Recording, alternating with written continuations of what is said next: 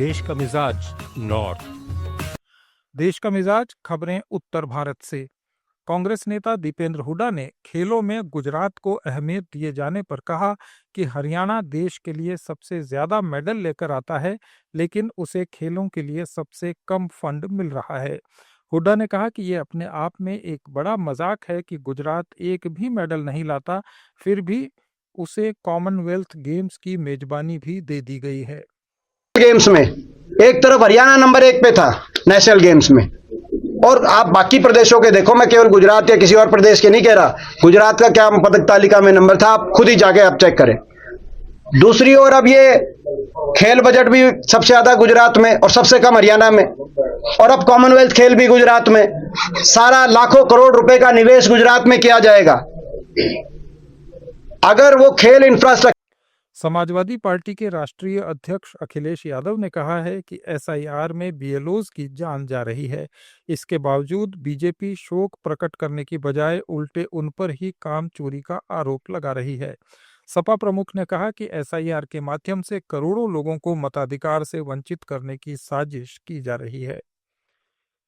उत्तर प्रदेश के सहारनपुर में एक बेकाबू डंपर के कार पर पलट जाने से 7 लोगों की दर्दनाक मृत्यु हो गई। डंपर में बजरी भरी थी। रफ्तार तेज होने के कारण वो बेकाबू हो गया और बगल में चल रही कार पर पलट गया। कार में एक ही परिवार के 7 लोग सवार थे, जो अंतिम संस्कार में शामिल होने के लिए सैयद माजरा गांव से गंगोह जा रहे थे।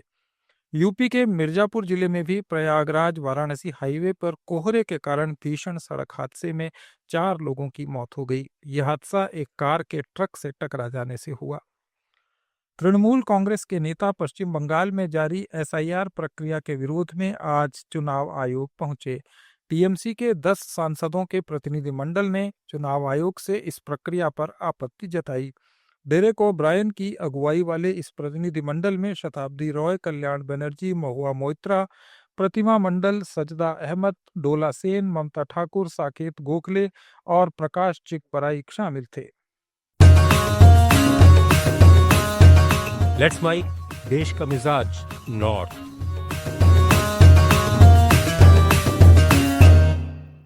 हरिद्वार में होने वाले अर्धकुंभ 2027 की तैयारियों के लिए आज उत्तराखंड के मुख्यमंत्री पुष्कर सिंह धामी ने हरिद्वार में अखाड़ा प्रतिनिधियों के साथ एक बैठक की।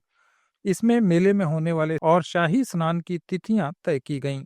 मुख्यमंत्री धामी ने बताया कि कुंभ मेले का पहला शाही स्नान मकर संक्रांति 14 जनवरी को होगा। दूसरा अमृत स्नान मौनी अमावस्या 6 फरवरी, बसंत पंचमी 11 फरवरी, माघ पूर्णिमा 20 फरवरी और महाशिवरात्रि का अमृत स्नान 6 मार्च 2027 को होगा। फागुन का अमावस्या अमृत स्नान 8 मार्च को होगा। मध्य प्रदेश कांग्रेस में जिला प्रभारियों की नियुक्ति का विवाद गहरा गया है। पीसीसी प्रभारी हरीश चौधरी ने जिला प्रभारियों की नियुक्तियां रद्द कर दी हैं।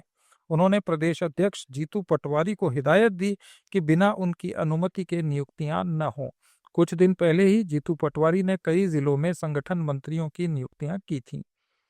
यूपी में अब मिर्जापुर जिले का नाम बदलने की तैयारी हो रही है। इसका नाम विंध्याचल धाम करने पर सहमति बन गई है। जिला प्रशासनिक समन्वय समिति की बैठक में मंत्री नंद गोपाल नंदी ने एक प्रस्ताव राज्य सरकार को भेजने का निर्देश दिया।